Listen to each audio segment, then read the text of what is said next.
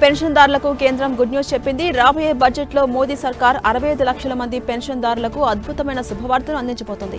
EPS 95 పెన్షన్ను భారీగా పెంచాలని కేంద్ర ప్రభుత్వం పరిశీలిస్తోంది. ఇదే కనుక పెరిగితే ఒక్కొక్కరి పెన్షన్ ఏకంగా 8,000 వరకు పెరిగే అవకాశాలున్నాయి. అంటే ₹1,000 ఉన్న వారి పెన్షన్ ఏకంగా 9,000 వరకు జరుగుతుంది.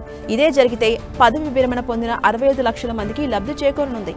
ఇప్పటికే కేంద్ర ప్రభుత్వం బడ్జెట్కు ముందు ట్రేడ్ యూనియన్ నాయకులు కనీస పెన్షన్లు పెంచాలంటూ డిమాండ్లను ఉంచారు.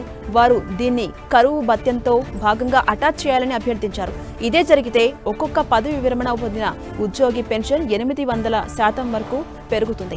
ఇక ఈపీఎస్ 95 పెన్షన్ పథకం అనేది యజమానుల విరాళాలతో పాటు ప్రభుత్వ మద్దతుతో నిధులను సమకూర్చి సామాజిక భద్రతలో భాగంగా ఏర్పాటు చేసిన ఉద్యోగుల పెన్షన్ పథకం.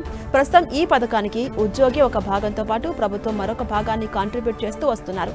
అయితే ప్రస్తుతం ఈ పెన్షన్ వెయ్యిగానే ఉంది. రాబోయే బడ్జెట్లో పెన్షన్ పెంపునకు సంబంధించిన నివేదిక ఆమోదిస్తే 800% వరకు పదవి విరమణ పొందిన పెన్షన్ ఉద్యోగులకు పెరుగుతుంది.